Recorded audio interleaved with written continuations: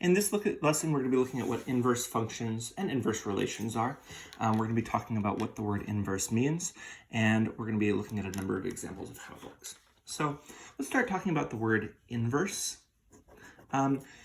Inverse in English often means opposite, and in math it has a very specific context. We talk about an inverse function as a function that undoes another function that gets you back to where you started, and we're going to see how that works. So remember earlier in the year we talked a lot about functions and function notation.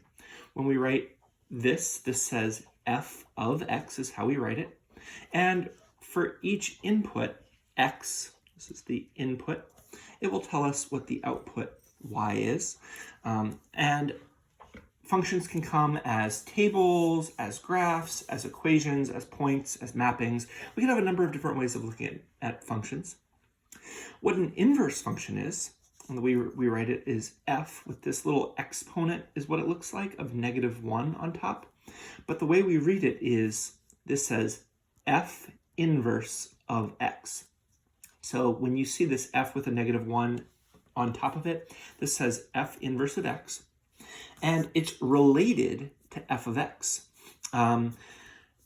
It takes every one of the outputs from f of x, and when you put it into this function or relation, will give you back the input that was the input that gave you that output from f of x.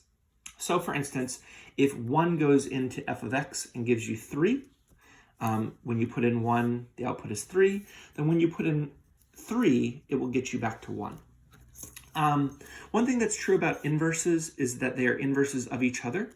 So because the x and the y values, the inputs and the outputs are switched, this f of x is also the inverse of f inverse of x. So if you do the inverse of something twice, you'll get back to the original function. Let's look at how this looks in a table.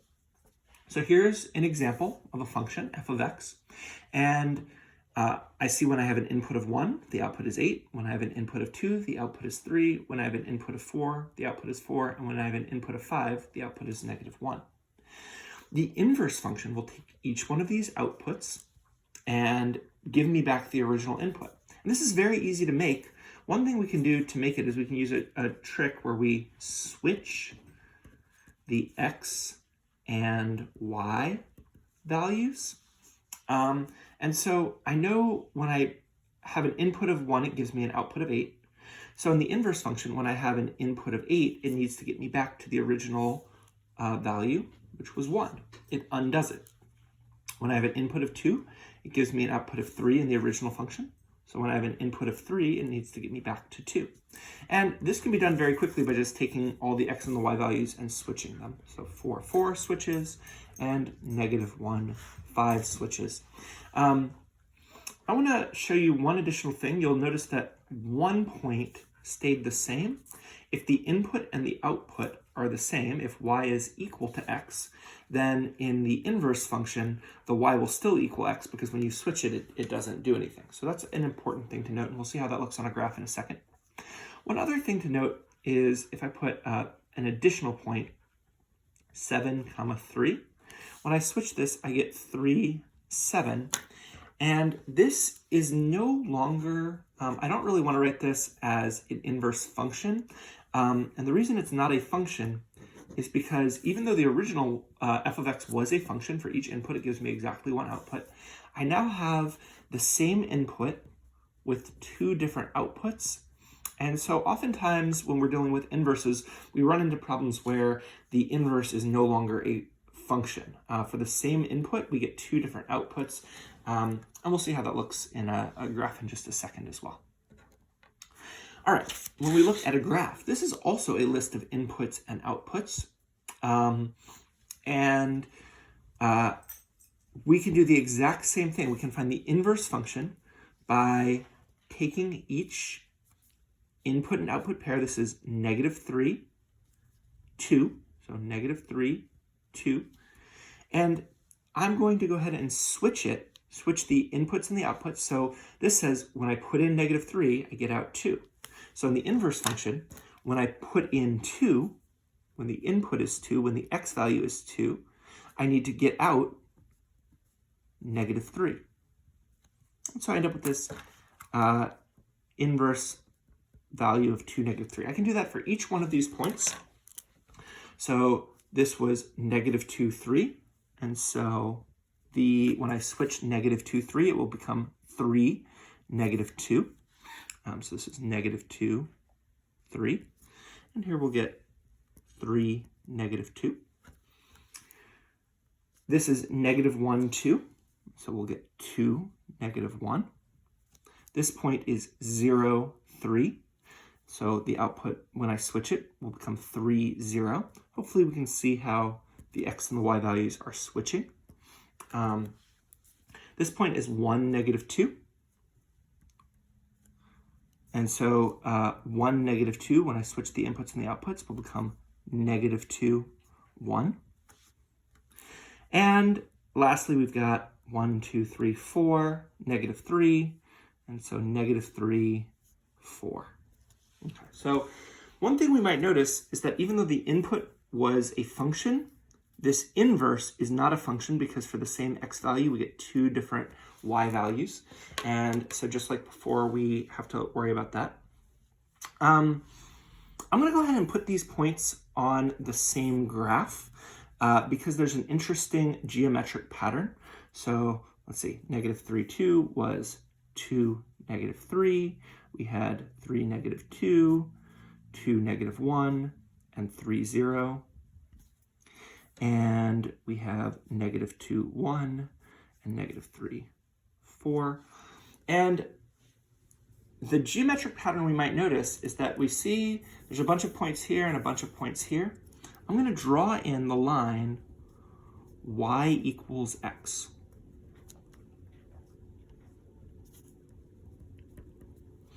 And what you might notice, or what I hope you can visually see, is that these are reflected across the line y equals x. Every blue point here became a red point over here.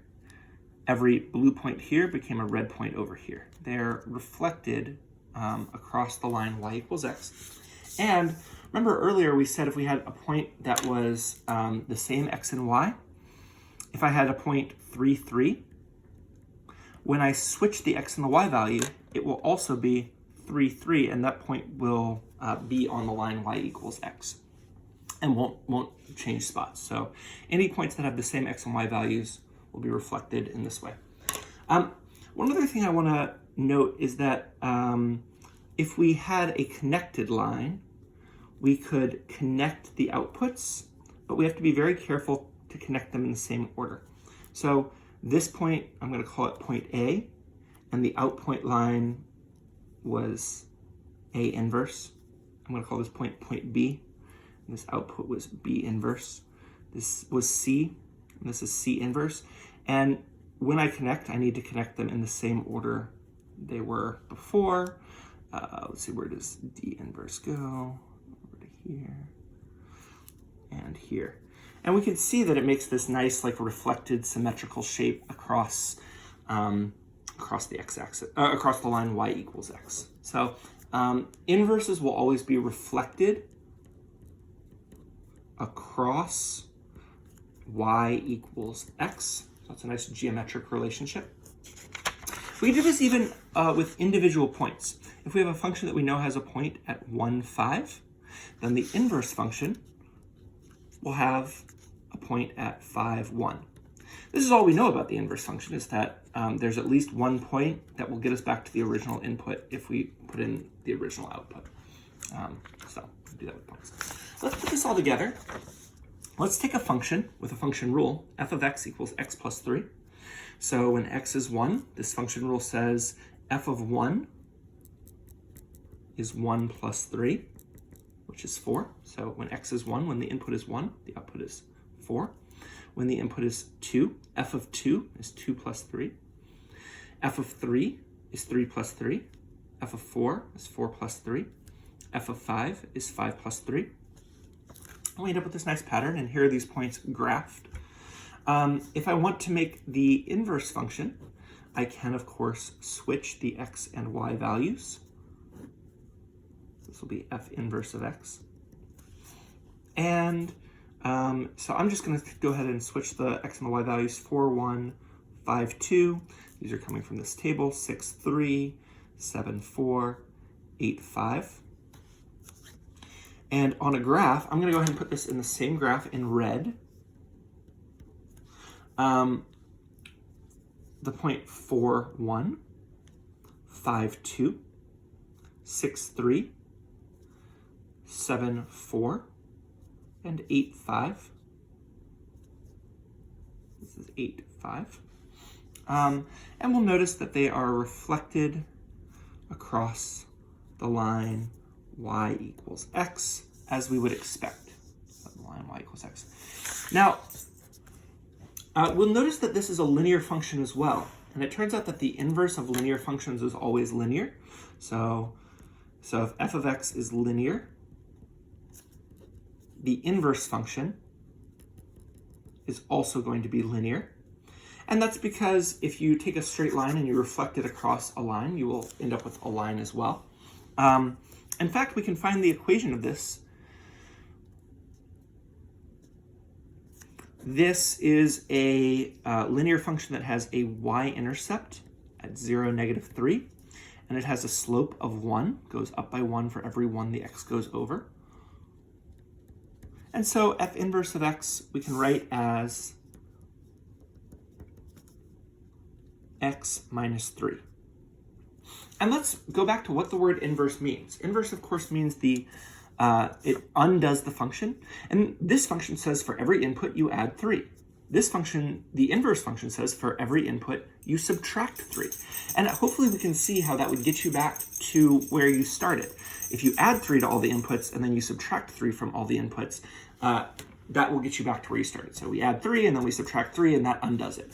If we take 100 and we add 3 to it, and then we take 103 and we subtract 3 from it, it will get us back to 100. And we can see that these two are inverse functions. This one undoes this function. Now, when we have a function, there's a nice shortcut we can use, and we can use kind of a trick that we used in the tables and the graphs as well. I'm going to write this as f of x equals x plus 3. I'm going to rewrite it as y equals x plus 3. And just like in the tables and the graphs where we switched x and y, we're going to do that here as well. We're saying, hey, this is a rule that says the output value is the input value plus 3. But if I switch the input and the output values, this is now the inverse function. This says the input value will need to equal the output value plus 3. And this is now the inverse. I have made it be the inverse function by switching x and y. We don't leave it like this. We usually want to solve for y. And I'm going to do that by subtracting 3 on both sides. X minus 3 cannot be simplified. And so we get y equals x minus 3. When it starts as in function notation, f of x equals x plus 3, we're going to rewrite it in function notation at the end. F of x equals x minus 3, f inverse of x. This is the inverse of the original function, is x minus 3. And so we can see that that got us the exact same thing we had up above by analyzing the table, and it's a lot faster. The last thing I'd like to look at is we saw that adding 3 and subtracting 3 are inverse functions. What about a more complicated linear function like f of x equals 2x minus 8? Okay. Well, we can do the same thing. I'm going to change this into y equals 2x minus 8. And I'm going to switch x and y. Y becomes just x, not 2x. This doesn't become y, this becomes 2y. Literally the x and the y get switched, but everything else stays the same. So I sometimes see kids put 2x equals y here, and that would be wrong. We are literally just taking a y and changing it to x, and taking x and changing it to y. And from here, what we're going to do is we're going to solve for y. Now, I think a lot of kids want this to become f of x, f inverse of x equals 1/2 x plus 8, or something like this. And guessing this doesn't generally go well. It's not correct. It doesn't give you the outputs of the original one. And the reason is because of the order. So we're going to add 8 to both sides. To get y by itself, we would add 8 to both sides. We're going to do the inverse operations in the reverse order that they happen. So x plus 8 equals 2y. And then we're going to divide by 2 to undo the multiplying by 2. That's inverse operations. We need to make sure when we divide the whole side. And we can simplify this. X divided by 2 is 1/2 x. 8 divided by 2 is 4. And so the inverse function, f inverse of x, is equal to 1/2 x plus 4. So it was along the lines of what we might have guessed here, but not exactly the same. I'd like to show you that f of 1, so f of 1 means when we plug in 1, 2 times 1 is 2. 2 minus 8 is -6. And the inverse function, so we have the 0.16. So the inverse function, 1 -6. The inverse, oh, you didn't see that was off camera. The inverse function is when, should tell us that for f inverse, -6 should give us 1. Let's check that. F inverse of -6, when we plug in -6 here, we get 1/2 of -6 plus 4. Half of -6 is -3. -3 plus 4 is 1. And so we get that inverse point. So that is our inverse functions for today. Hopefully you feel comfortable with it, and if not, you can ask questions.